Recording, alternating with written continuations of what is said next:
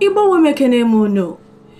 Igbo ndị wemekene muno. Kenesi unu ike n'oge asụsụ Igbo. Anyị abịaghachikwa ọzọ. Ọ ka bụkwa nwaada unu Chineke Alụchima.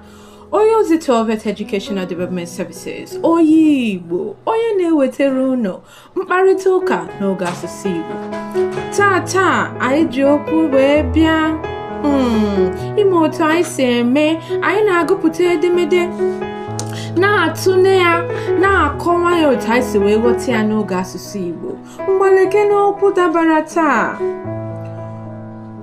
Ọsịọ, nne, kedu ihu m ga-eji wee pụta ọzọ n'ụmụ ele m? Nne, kedu ihu m ga-eji wee pụta ọzọ n'ụmụ ele m? Onye na-eti mkpu a bụ Obidia n'akwụkwọ anyị na-agụ bụ Oji kote ebu.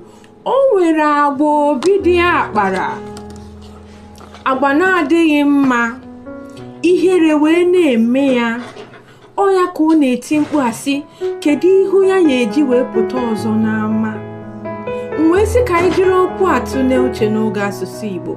Ịma mgbe ụfọdụ anyị bụ mmadụ na-agharịpụ, mgbe ụfọdụ anyị na-akpa agwa na-ezighị ezi, mgbe ụfọdụ anyị nwere ike ime ihe obodo na-akwadoghị. Nke a bụrụ ihe ihere wee nyere anyị, nke a na-ebutere anyị ihere ịpụta ezi, ihere ịkajikwe ndụ anyị mee ihe ziri ezi. Ozi a na-ewetara anyị n'oge asụsụ Igbo taa bụ na mmadụ na-agharịpụ, mana kpọchiteke n'onwe gị azụ.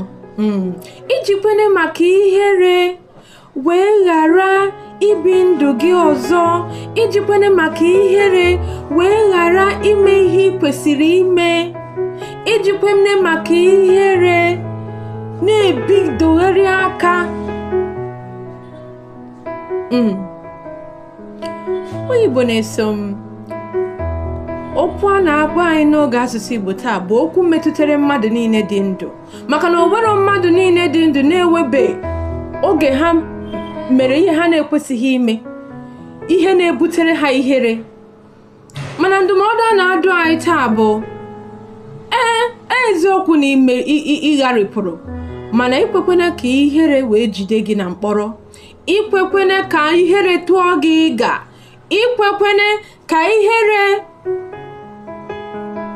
bụrụ ihe ga-ejide gị.